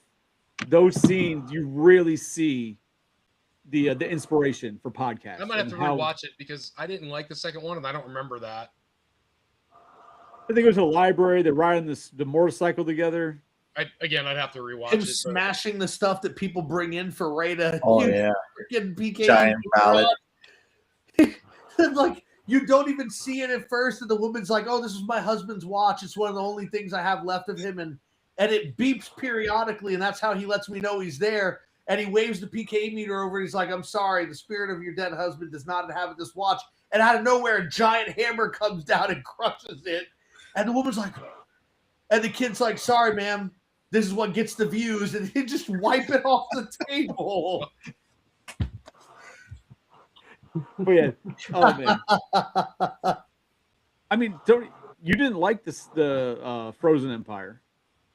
I didn't hate it. I just didn't like it. It didn't do anything for me. Really? And I think, honestly, because I was fine with Afterlife. I was fine with that stopping there. I didn't need to. I knew there was going to be more. Like I knew Phoebe was going to have they were going to have to explore more of the franchise because now you have more characters, right? That are introduced. The car's back and all that good stuff. And I get that. But I was fine with where that movie ended. And if you wanted to do it, I don't know, in 10 more years, they want to reboot again and they want to revisit that, that's fine. But I was good with the way that movie ended. And for me, Ghostbusters could have stopped there and I'd have been okay. I think they're watching late and they're commenting it's coming through now because that's all. Yeah, it's all stuff about the second movie podcast. Yeah. But yeah, see, rom-com. I'm not wrong. But the second, or in this case, Frozen Empire. A lot of egos on this thing. That's what makes it. It's what sells. So it's the views. Yeah. So the second one, or Frozen Empire, I guess my only real gripe with that movie is the fire master guy. That was such a fucking, I don't know, like he's like, "Oh, I'm a little conner. I just sell shit that I steal from like my grandmother or my mother or whatever." And then all of a sudden he's like, "Oh, I have this power." And by the end of the movie, he's like an expert at his abilities to fight this ghost. Like it's just how quickly they pushed it. I'm like, this is kind of ridiculous. I mean, he wasn't an expert. Like he did it. He did it without realizing what he was doing. Right? He was afraid when he got down there, and then he was able to actually do it. And a lot of people believe that psychic abilities are triggered by traumatic events. Right? So it would make sense that in that moment where he realizes people are gonna die, that he's also probably gonna die. His ability manifests strongly, but he never looked confident while he was doing it. It was more like, holy shit, this is happening. I don't buy it. I don't buy it at all. It's like every movie you see where people get like some weird ability, like half the movie is about them like working to get stronger and perfect and understand it. And fucking Spider-Man, like he loses his ability, and like it's about he learns and he gets better and better. He doesn't just sit there like, oh shit, now I could just do all this and accepts it. And like he's a master. Like they have to learn it. He didn't believe in the nonsense at all. Even up until like right in front of the battle, he's like, I don't know about this, and then he's just like, oh, whoa, okay, I can do this. Except in your exact example, Spider-Man does not do that. Right. So think back to the first Spider-Man movie. This is the Spider-Man thing. He shoots web out of his wrist, and he doesn't know what's happening, and then he tries to run away, and then Flash tries to beat him up, and he's just like he's reacting without even realizing what he's doing. He doesn't know what's going on, but he's perfectly able to counter everything. And then he starts practicing after that, and he practiced his abilities. Like, the point is that he all of a sudden he knew his shit. It's like, all right, calm down. It's not going to be like that. Yeah, and all of a sudden Peter Parker knew his shit because he could dodge punches and shit, right? Like, okay, John, eat a dick. You're not listening. I am. You practice my ability to shoot webbing. No. Go ahead. Tonight on OnlyFans, apparently Tony's going to shoot webbing. But no, like any movie, they always practice it, right? Even going into Stranger Things, 11 had to learn. Like they have to learn it. Yeah, they might get like an instance where they use it, like holy crap, I can do that. But his wasn't like holy crap. His was I'm doing it, and then it was to me it was too fast for him to be able to do that. You have to suspend belief, right? I agree a little bit on that because the movie also it was like it moved too fast. They shouldn't have like a matchup with the like a meetup with the bad guy before, and then like have a few days and then have a rematch. Like they just like figure out how to get rid of the guy too quick. Like he escaped of the orb, and then it's like and then Phoebe figures out how to get the guy. It was like it was too quick. They should have had like a few days. Stretch the story a little bit. Your ass handed to him first, yeah. And it's like before they figure it out. Yeah, it's like so when you compare the villains we've had in these movies, right? So you've had Gozer, then you had Vigo. Vigo. Whatever the fuck we're not going to count the 2016 because it's not part of the same universe. Vigo. Then you had Gozer again, right? But then you have this villain, Garaku or Garaka. Yeah. Garaka. That seems like that's kind of cool. But seems like of the villains is an actual like villain, right? Very much a like real Ghostbusters-esque villain. Yes. Cartoon-esque villain. And they, like Diaz said, they pushed through that so fast. They could have done so much more with that villain. Not even screen time, just a little more building for it. Like you spend this whole movie, they're kind of hinting at him. You're seeing what he can do. Then he just like walks up to the fucking firehouse and they're losing. And then all of a sudden, here comes the fire master and then he's dead. And it's like, okay. If I remember the movie correctly, which I probably don't, probably I didn't care for it. When they're having like the final battle, don't they turn it into one of those like we're a family and we can beat them, like one of those things? Yeah. All of a sudden, all of them put on suits and they all have proton packs and shit. That movie sucked. Go ahead, keep going. I mean, I will say this. I will say this to what Diaz said. I understand that in traditional cinema, like you're gonna have a meetup with the villain, and then it's probably not gonna go your way, and you're gonna have another meeting. But I think in this film, while that would have been entertaining as a fan, they wanted this villain to be like a serious threat. So his introduction immediately incapacitates one of the Ghostbusters without any effort at all. He kills one of the people in a store that he walks into. He covers all of New York with ice.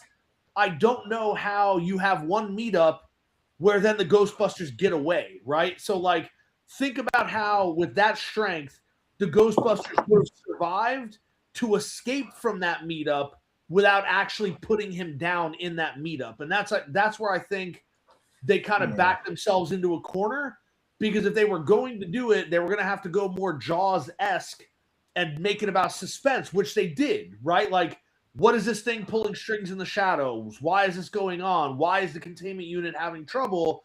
And then you have the release, but then things have to happen quickly or you lose any semblance of believability.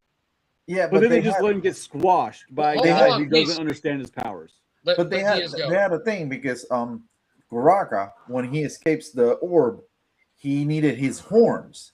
So they should have used that as a plot device, like divide the horns, hide them, and then he'll get one, and that way he wasn't at full strength, and maybe that would have been something to stain the story a little bit. But they didn't know that he needed the horns, so they left him there. Yeah. Right, because when they show you the little cartoon about Garaka, it doesn't tell you specifically in that cartoon that he had to have the horns to be powerful. It said that the guy he worked for ripped his horns out and locked them away before locking him away in the orb. So it hints that there's power in the horns, but the people who interacted with the horns, which was Lucky, what's his face, like Finn Wolfhard's character, and then Trevor sounds right. Trevor, yeah. And then the blonde-haired guy that looks like Egon from the real Ghostbusters, those were the three that saw the horns in that room. And by the time they meet up with everybody else, shit is already happening. Right? So there wasn't any time for them to say, hey, Garaka's power comes from this and this, because it was Aykroyd, Podcast, and Phoebe who heard about what was going on at the museum. Right, so, but it should have been written differently to let it get more time to breathe, to really do a better job at it, right?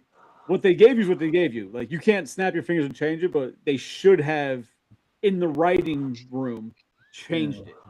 Like, it's weird the way they did it. It's like you said, to have a villain that's supposed to be a genuine threat, right?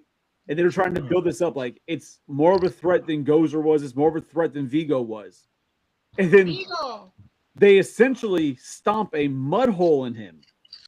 But they don't. As soon as Buddy starts playing with a lighter, they stomp a mud hole in him. You're like the buzzing of flies to him. I mean, he freezes all the Ghostbusters. He destroys the firehouse.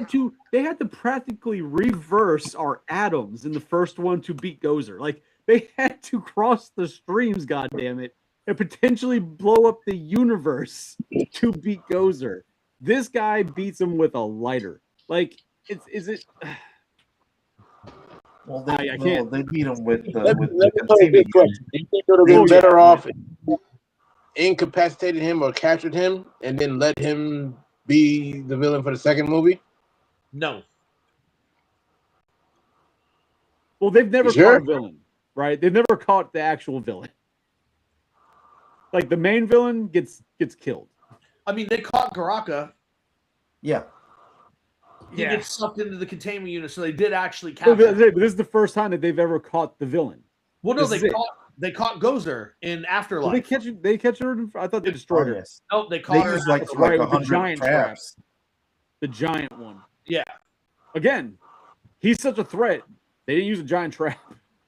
They used the containment unit, but still, like. Was it the same chick? Was it the same actor in Afterlife? No, it was Olivia Wilde who played Gozer in Afterlife. Because I mean, she looks spot on. Oh yeah. I mean, it's makeup, but they did an amazing job. But no, I mean, listen, I guess I'm in the minority. I liked Frozen Empire because it reminded me of an episode of Real Ghostbusters. Absolutely. I love Frozen Empire. I thought that they did, like, I thought they had a lot of suspense. I thought it went well. And for me, anyway, the ending of it made a lot of sense because you have this huge threat. You can't let it go on because he comes in and essentially incapacitates everybody. And the only reason Phoebe is able to put up any bit of a fight is because she was in the museum and remembered that they said that the copper, right, that the copper ore or the brass ore, or I think it was brass, like the brass is able to shield you from his magic. He's not able to overcome that. And so she spends time when everybody's getting destroyed downstairs she's melting brass into the pack so that the accelerator in the pack is striking brass, so you get that green flame instead of the regular one in the stream. Correct. But even then, he overcomes that shit. It's not until the Fire Master comes in, you have that little moment of levity, and you get a little flame, but then he doesn't take it over either. Phoebe starts breaking loose. Everybody else is able to use their packs behind the Fire Master and Phoebe to kind of subdue him, and he's still winning, right? Like, he's still shaking it off, and it's not until Ray was like, wait a second, we can do essentially what we did before, reverse the polarity of the containment unit. We just have to do that. And then they go in and reboot the containment unit, and because of the giant crack, it sucks him in. They don't beat him. He's overcoming everything they're doing, but the ghost trap is what actually gets him in the end. They don't win. They still beat him. Yeah, but they didn't. Right? Like, it wasn't their equipment that does it. It wasn't that they overpowered him. It was the fact that they had a ghost trap that was able to suck him in. Who made the ghost trap? Power of family. You guys do this way too often. It wasn't the Power of Family, damn it. Vin Diesel was not in the film, and if he was, it would have been terrible. Talk about an emotional send-off. Let's talk about Fast and Furious now. Yeah, let's talk about how they're about to ruin it. They ruined it 7 fucking movies ago. No. What I'm saying is they're going to actually ruin it now by incorporating a CGI character into the whole film so that Brian can be back for the last movie. It's going to be like it's not going to be a small part, apparently. Like, he's going to be in the entire movie. That's kind of weird. But, shit. Okay. I don't know. Okay. I hope we get another movie like Frozen Empire, and I know that a lot of the actors say they'd like to come back and do it. They love playing the characters, and Sony seems interested, so we'll see. But I would love to get kind of a hybrid in Ghostbusters lore and real Ghostbusters.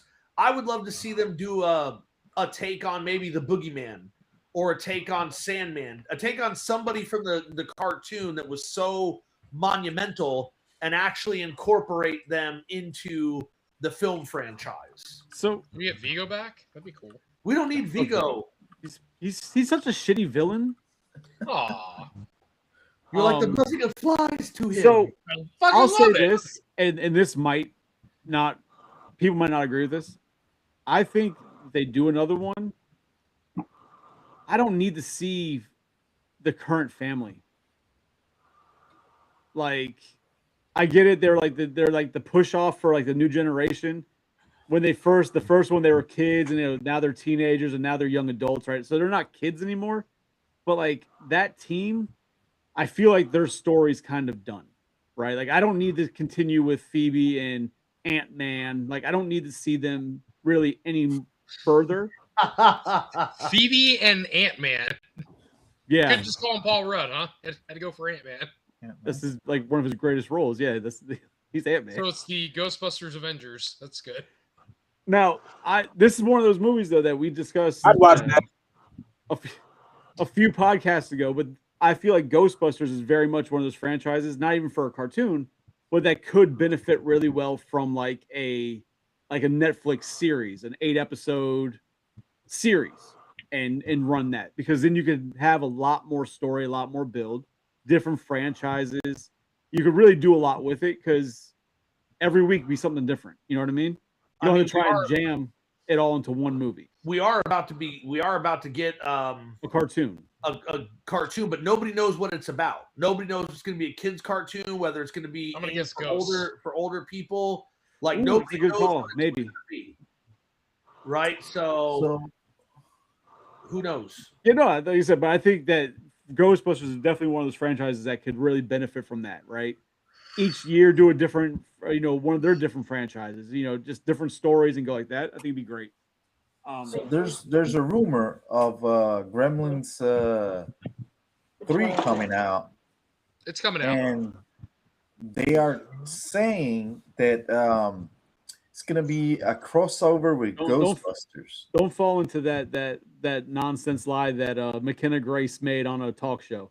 She said that shit on April Fool's Day or something. Yeah, because she was saying that it was her. It was on an interview, and she's like, yeah.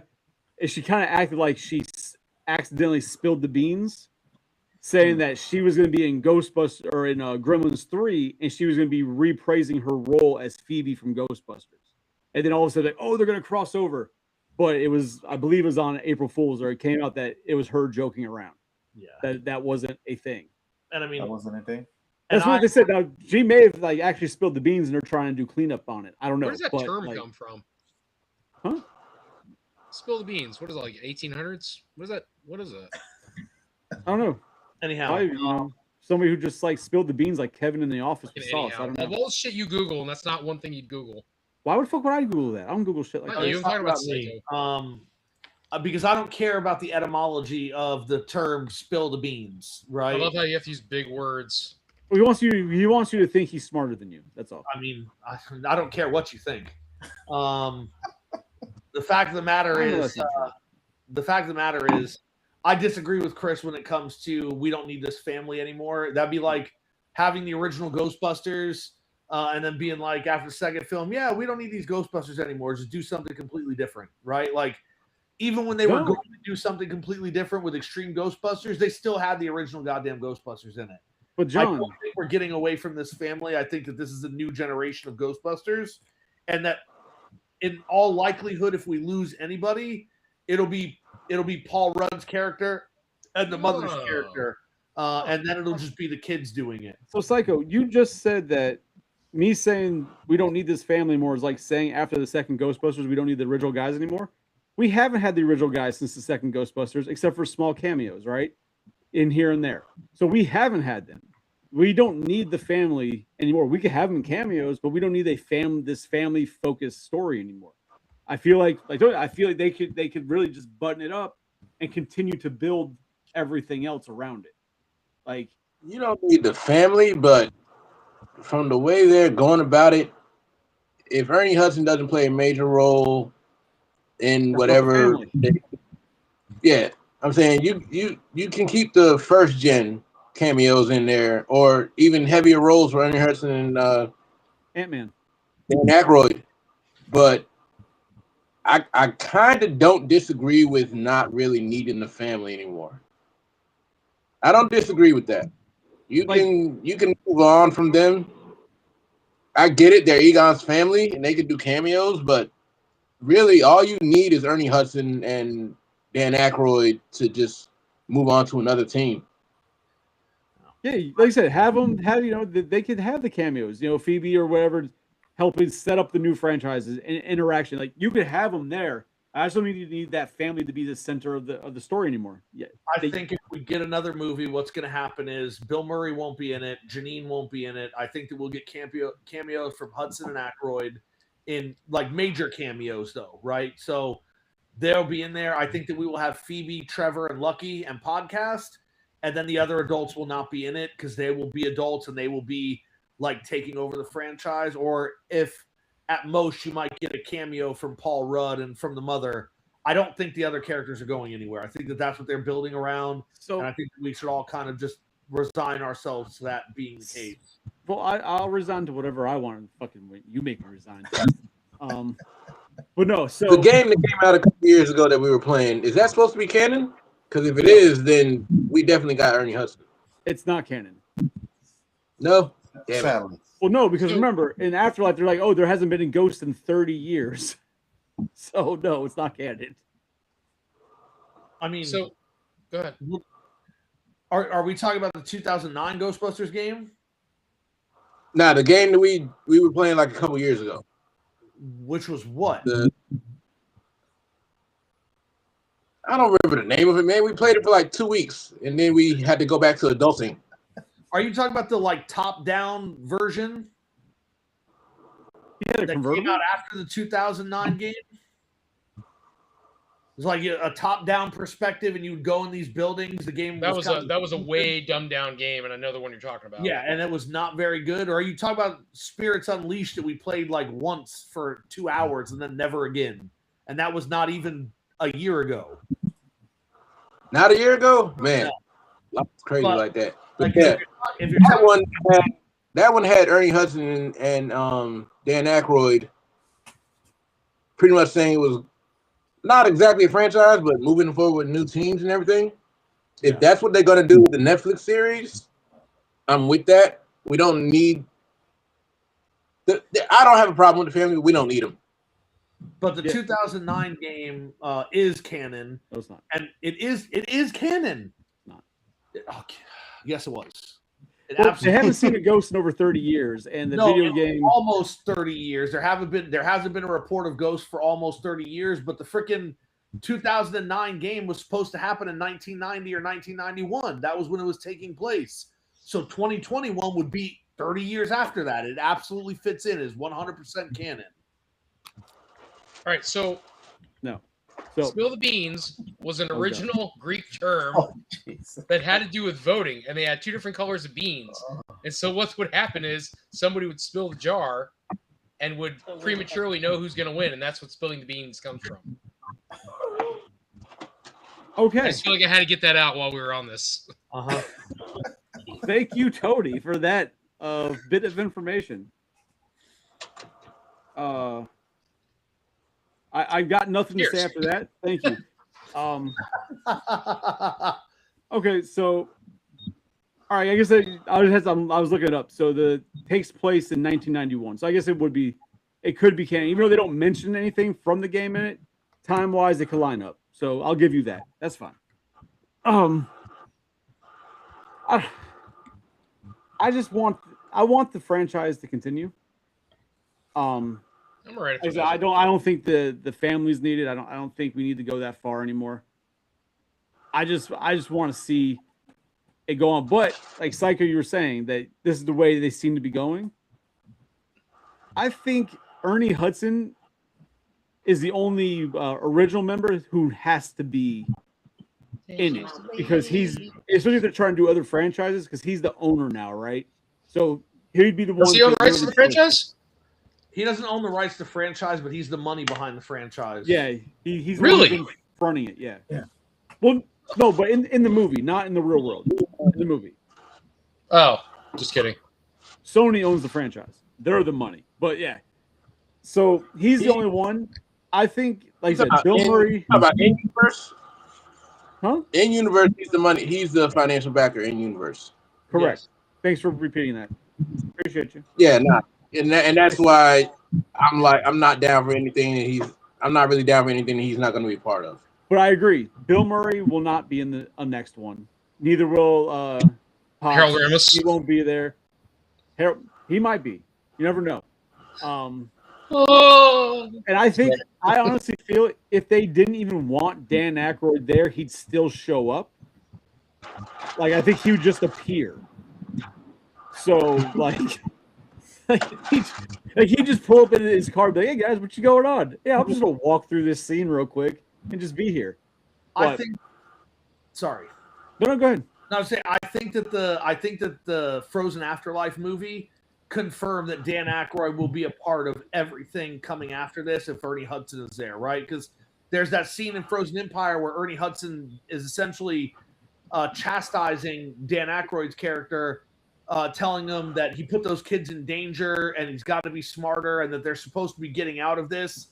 They should be enjoying their golden years. And Aykroyd tells him, yeah, but this is how I want to enjoy my golden years. You're saying that I'm supposed to use my time now to do the things that I enjoy and that I want to do. And this is the only thing that I enjoy and want to do. And they kind of have this moment where they understand one another, that they are going to be part of this. And so that's why I think if any of them come back, it has to be both of them. Psycho, what's Frozen Afterlife? That's what you're about to have. You're the one who said it. I was just curious. I thought maybe I missed something. But there was like a special. I heard it and I didn't say anything. I left it alone. Yeah, I was trying to figure out who caught that. Yeah, I was doing because for all I know, there was like a YouTube video about the movies they called Frozen Afterlife. Like I missed something. I was curious. Yeah, Frozen Empire. Okay, all right. Well, I think on this, we're gonna wrap this up. Yes, God damn. Anybody else have to work tomorrow? Or is it just me? Nope, I gotta work. No, that's all. I'm gonna slide not my ass Psycho. and work late. It don't matter. You what? No, I forgot. I thought you were on break still. That's right. You are. No, you are break working. was last week. So Tony, is there anything that you need to plug for next week, my man? Yeah, but she's at her house and I'm here. Fair. Okay. Practicing making babies. We all enjoy that. Now we got drinks and toys on Tuesday. I honestly I don't know, man. I've been on Toy News, Toy Arc, whatever. They didn't have anything really going on lately. I know there's everybody's still squawking about Playmates and the licensing because Mattel obviously has the rights now for Turtle Toys, and it's a whole thing. So yeah. Oh, can we just like do an episode where we just make up dumb rumors and then we could just spread them online and see which ones take? I thought that was every cast. Oh, fair. That's fair. Okay. I'm all about some fucking rumors, man. Let's do this. Let's just make up bullshit. See what happens. I want to decimate some lives. Let's do this, dude. Psycho, you have anything that you need to plug? Nope. Oh. I'll plug you beautiful bastard. Oh, how about you, Diaz? Anything coming up for your Ghostbusters? You Lakeland guys? Not this month. Next month we're gonna be at Kissimmee Collector Fest. Nice. Okay. Oh, are you also gonna be at the Lakeland show June 7th? I'm not sure because You weren't invited. Oh wow. No. I got another event in what's it called? Who owns the car? What was that? Who owns the car? The car. His name is Jim Crawford. Okay. He lives in Plant City. Pretty cool. So he's not just like a volunteer; he's like part of the group, right? Yeah. What kind of car is it? An Ecto-1. It's a Cadillac. Okay. Middle Meteor. It's All right, Scarface. What was that? It's a Cadillac. Can't hear you. He called you Scarface because of how you said Cadillac. That's all. Oh. I said it. It's a '59 Cadillac ambulance. No, it's a 19. I think it's a 70. Okay. Yeah, it's a later car. I saw it. It's square headlights and all that good stuff. Yeah, it's a little square, a little bit. I've got a buddy who has two of the original Ecto ones, but he's got more money than Jesus. So. Mm. Yeah. Well, people don't know this, but Jesus is quite poor. So I said he's got more money than Jesus. Like Jesus, you know what? Let's move on. Move on. Have you ever seen Jesus's mother's place? No, sir. No, but he writes all these crazy third-party checks, man. It's weird. Can't hold water in his hand though, so what can you do? Well, on that note. So we got drinks and toys next week. We got Collector's Hideout next week, 9:00 on Thursday. No idea what we're doing yet. So what? Can we go back to horror? That would be nice. We haven't talked horror in a long time. We need to do horror. Yes. Hey, Shay, remember when the podcast ends, do not hop out immediately. You have to allow the stream to finish uploading and everything. That'd be great. Thank you. Yeah, that'd be great, Shay. Yeah. Hop out immediately. Copy that. Tony, we'll think of something for next week for horror. I miss horror. I love horror. That's where we started. All right, There's cool. a new Dracula movie coming out. Sorry, or is out. I apologize. Ooh, let's talk about the trailer for The Mummy. Oh. Yeah. Next week we'll discuss stuff. The new Mummy? The little girl mummy, right? Mummy? It looks like Evil Dead. Repeating the word doesn't help it. It's the little girl. Mummy? Mummy? There's a little girl. She's like the reincarnation of the mummy. Okay, yeah, because it looks like Evil Dead. All right, so anyway, next week. So next week we'll discuss that plus other shit. But we'll get a full idea later. And the company are actually filming another sequel, so that's coming. Who? Brendan Fraser and company, they're going to be filming another sequel. Oh God, is he gonna be fat? All right, no, that's a different movie. So yeah, everybody, whoever's here watching, we got a bunch of people watching. Thank you all for coming out and hit the likes, subscribe, share all that bullshit. If you enjoyed it, if you didn't, still hit it. Just give us something, please. And then Yeah, so tune in next week. Oh, you know what? Next week we can talk about how much Star Wars sucks. That's going to be a good episode. We can do that. I'm in. So That hurt me. I'm not a Star Wars guy. Okay, so I gotta be here. Next week is what you're saying. I gotta be here next week is what you're saying. Okay. Nah. No, you don't. Your horrible connection and sideways video is weird. So thank everybody for coming out. Next week, we'll see y'all. No capes. No. I think